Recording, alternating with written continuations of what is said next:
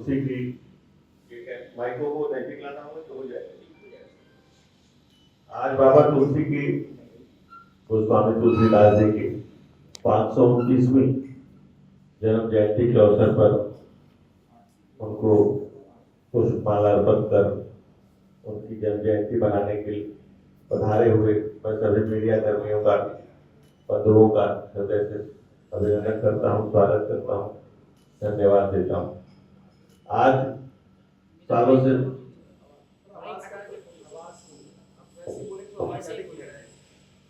वर्षों से ये परंपरा चली आ रही है, बाबा तुलसी की जन्म जयंती मनाई जाती है।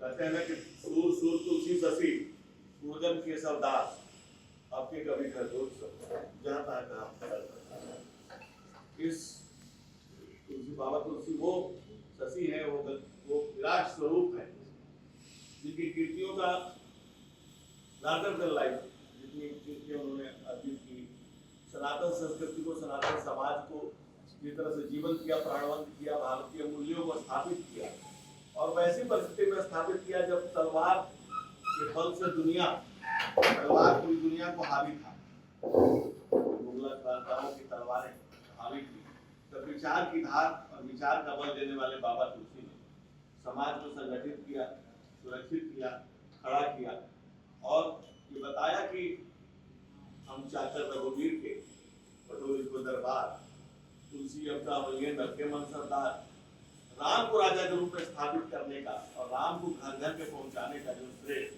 बाबा तुलसी को जाता है, सनातन संस्कृति, सनातन समाज, सनातन सभ्यता, और जो आज सनातन सभ्यता बची हुई है उसमें जो रोल, जो मुख्य भूमिका बाबा तुलसी की है, उसे धरती जब तक रहेगी तब तक विस्मृत नहीं कर सकते। भगवान राम को घर घर में पहुंचाने का श्रेय मर्यादा पुरुषोत्तम राम को, और बाबा तुलसी ने रामचरित्र मानस लिखा, रामायण तो पहले भी लिखी जाती थी, कई भाषाओं में लिखी जाती थी। बाबा तुलसी ने रामचरित्र मानस लिखा कि राम के चरित्र को मन में रखने की जो संस्कृति बाबा तुलसी ने खड़ी की वो अद्भुत है। दूसरा जो कैरेक्टर है रावण, उनके पास ज्ञान अधिक, धन अधिक, संपत्ति अधिक, वैभव अधिक, ताकत अधिक, सब लोग अधिक, लेकिन राम के पास जो था वो चरित्र। तो हमारा सिंधु समाज, हमारी संस्कृति, हमारी सभ्यता आदमी के चरित्र को ही देखती है, चारित्रिक बल को देखती है, और उसी के पीछे पूरा समाज खड़ा होता है। और जहाँ तक धर्म की बात है तो धर्म को सर्वोच्च व्याख्या जो बाबा तुलसी ने दी है वो है परहित सरस धर्म नहीं भाई। और धर्म का सबसे बड़ा उन्होंने व्याख्या ये थी कि जो दूसरे का भला कर सके, और सबसे अधम क्या है, निकृष्ट है, पर पीड़ा संधान नहीं लघुदाई। तो दूसरे को जो पीड़ा देता है उससे लघु कोई नहीं। बाबा तुलसी ने जिस तरह से व्याख्या की, जिस तरह से खड़ा किया, भगवान राम के चरित्र को जिस तरह से गढ़ा, और जो समाज पढ़ करके खड़ा हुआ, तो बताते हैं कि उस समय अब्दुल रहीम खाना 40,000 की मनसबदारी पे थे अकबर के दरबार में। बाबा तुलसी को 60,000 की मनसबदारी अकबर के दरबार से ऑफर हुई, जिसमें बाबा तुलसी ने ये पंक्तियां कही, रिफ्यूज की। बाबा तुलसी अगर वहां झुक जाते तो समाज का बड़ा नुकसान होगा। लेकिन आज हम स्मरण करते हैं बाबा तुलसी को उस त्याग, तपस्या, बलिदान के लिए, जिस राम के त्याग को उन्होंने दिखाया, इस सत्ता को छोड़ करके पिता की आज्ञा से वनगमन को भी सहर्ष स्वीकार किया भगवान राम ने। और राम दबे कुचले वंचित शोषित पीड़ितों के सबसे बड़े वन, पशु पक्षी, भील, नर, बानर, सबको खड़ा करके सबको समरसता का जो एग्जाम्पल दिया, चाहे भील का लीजिए, चाहे केवट का लीजिए, जो बाबा तुलसी ने जो भगवान राम के चरित्र की जो व्याख्या की है उसकी शब्दों में सीमा और कालातीत है, अंग्रेजी में कहें तो लार्जर देन लाइफ। और अगर आज के संदर्भ में कहें तो कवितावली में की पंक्ति है कि खेती न किसान को, भिखारी को न भीड़, बलि बलि को खनिज, न चाकर को चाकरी, जीविका विहीन लोग सिद्धमान सोच बस, कहे एक एक अंशो कहाँ जाए क्या करे, कहाँ जाए और क्या करे। जो समाज की आज पीड़ा है, जो हम लोगों को देख रहे हैं, जिसमें समाज के बहुतायत पर कह रहा है कि कहाँ जाए क्या करे, उसको दिशा देने का, उसको गति देने का, उसको गतिमान देने का, उसको मान देने का, उसको सम्मान देने का, समाज के अंतिम व्यक्ति को स्पर्श करने का, जिस तरह से भगवान राम ने जटायु का अंतिम संस्कार किया, तो समाज के अंतिम पैदान पर खड़े हुए व्यक्ति को, जो समाज में अंतिम व्यक्ति है, जो शोषित है, जो पीड़ित है, उसको लेकर के खड़ा करना, उसके चरित्र भगवान राम के साथ साथ उस पूरी व्यवस्था को कैसे कैसे व्यवस्था निर्मित होती है, उसमें टैक्स मणिमाणिक महंगे किए और बाकी लोग उस चीजों को सस्ता किया। बाबा तुलसी ने हर उस पर संदर्भ छुआ, और जो कोई कुछ नहीं भी करता है, रामायण नहीं पढ़ता, कम से कम हनुमान चालीसा का पाठ तुम सभी करते हैं लगभग, और जो नहीं भी करे तो मंगलवार को कर ही लेता है। और आजकल तो विरोध प्रदर्शन का तरीका भी हो गया हनुमान चालीसा पर। तो खैर हनुमान चालीसा किस समय में किस परिस्थिति में बाबा तुलसी ने गढ़ी और उसका क्या महत्व है हम सभी जानते हैं। हनुमान जी जीवित भगवान जो सबके बीच विद्यमान है, विराजमान है। बाबा तुलसी की कुछ शब्दों में व्याख्यात नहीं किया जा सकता।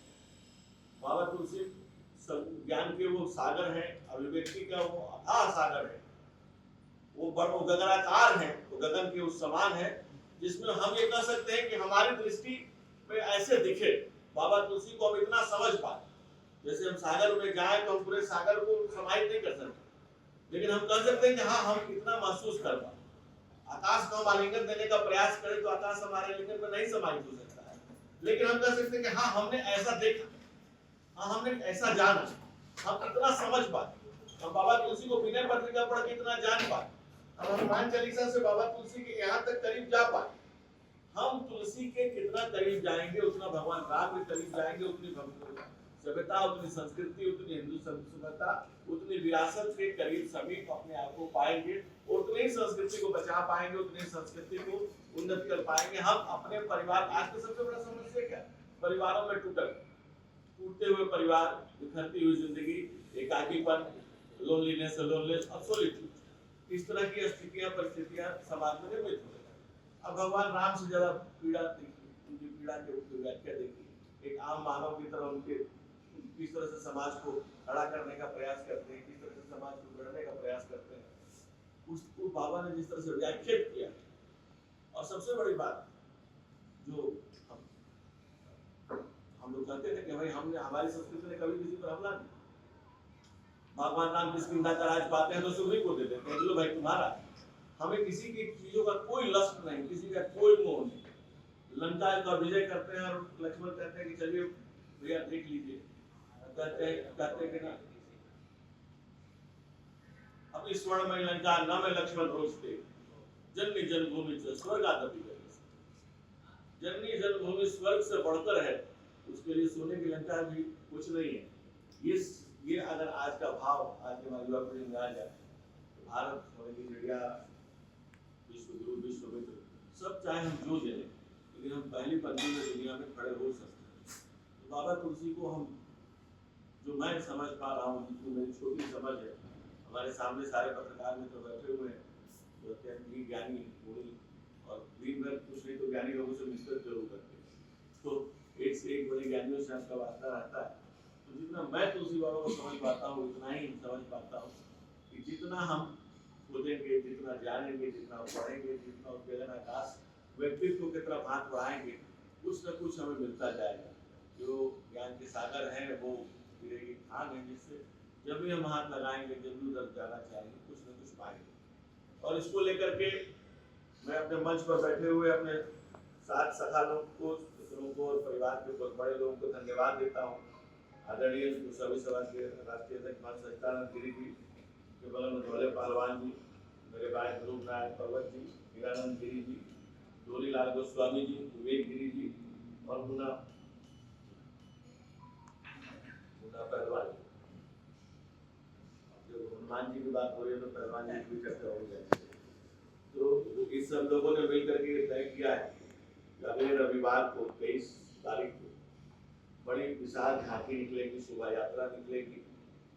कहाँ से कहाँ निकलेगी ये बताने की जो क्या कार्यक्रम होगा, मैं महान जी को निवेदन करूंगा एक बार विश्व प्रकाश डाले, उसके बाद फिर मैं सभा बंद करूंगा। सभी पत्रकार महोदय को अखिल भारतीय गुरु सभी महासभा की ओर से जय हिंद, जय भारत।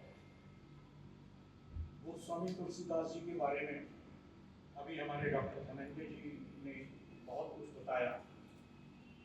जब जब सनातन धर्म समाप्त हुआ है तब तब कोई ना कोई ऐसा इस धरती पर अवतरित हुआ है जिसने सनातन धर्म को पुनः जीवित किया। सनातन धर्म एक उस वृक्ष की तरह है जो हर तरफ झुक जाता है, और ये देखा होगा कि जो झुकता है वही लंबे समय तक कामयाब रहता है, और जो जड़ से सख्त होता है, आंधी तूफान जब आते हैं वो जड़ से उतर जाया करता है। तो हमारा सनातन धर्म पूरे विश्व में एक ऐसा अनोखा धर्म है जो हम सबको मिलजुल कर रहना सिखाता है। उसका सबसे बड़ा उदाहरण, आज लोग कहते हैं परेशान है, सुविधाएं बढ़ी हैं, सुविधाएं बढ़ने के साथ दुख घटने चाहिए, लेकिन आप ये देखेंगे कि सुविधाएं बढ़ने के साथ दुख बढ़ेंगे। जिससे पूछो आप कहता है कि दुखी है, भाई सुविधाएं इतनी बढ़ गई, हम कहां से कहां पहुंच गए फिर भी दुखी है। तो उसका एकमात्र है कि हमारे ग्रस्त जीवन में कहीं ना कहीं कुछ दुख।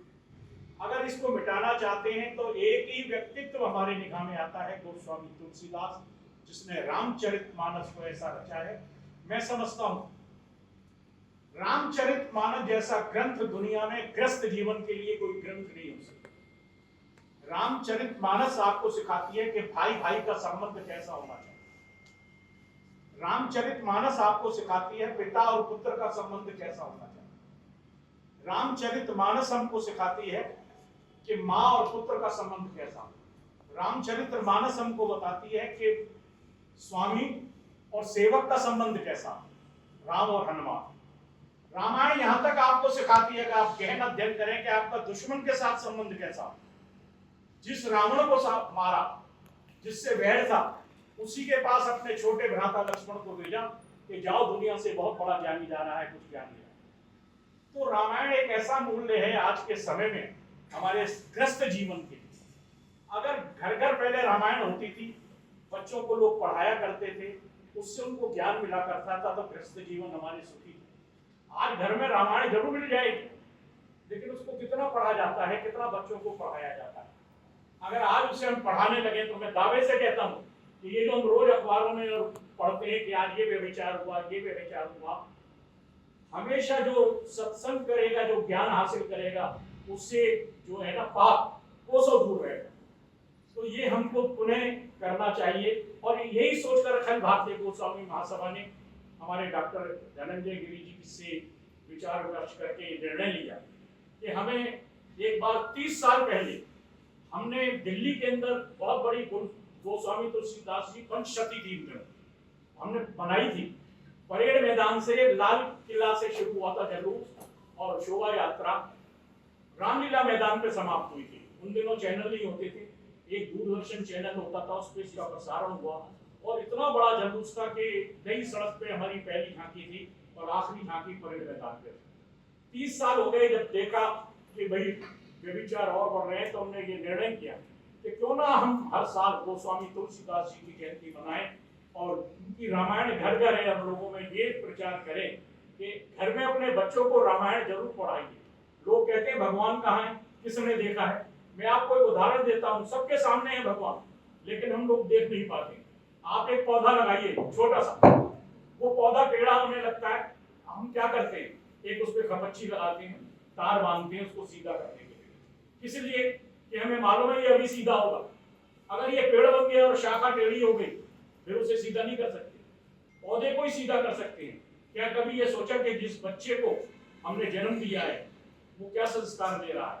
जब वो छोटा होता है, पौधा होता है, तभी उसको आप सीधा कर सकते हैं। पेड़ बनने के बाद आप कितना ही कोशिश करें, फिर तो यही है कि बच्चे से बड़ी। तो मेरा कहने का मतलब यही है, आप लोग हैं, आप लोग इसको प्रचार प्रसार करते हैं, और आप यहाँ पर आए हैं। मैं अखिल भारतीय गोस्वामी महासभा की ओर से आप सभी का हार्दिक धन्यवाद और आभार प्रकट करता हूँ कि आप 23 तारीख को भी आप आइए और शोभा यात्रा को देखिए, उसको भी कवर करिए। हनुमान मंदिर, बरगढ़ वाले हनुमान जी जो हैं, हनुमान मंदिर के साथ ही वाटिका है, कथापुंज। उस कथापुंज वाटिका से हमारी शोभा यात्रा शुरू होगी। वहां पर टेंट वगैरह लगे होंगे, वहां से शोभा यात्रा बैंड झांकियों के साथ हमारे गोस्वामी समाज और जो भी सनातन धर्मी हैं, सब लोग वहां से उस शोभा यात्रा को शुरू करेंगे। लाल किला चौक से होते हुए कोड़िया पुल का जो ढलान है, वहां पर गोस्वामी तुलसीदास जी की प्रतिमा लगी हुई है। उस प्रतिमा को मालार्पण करेंगे।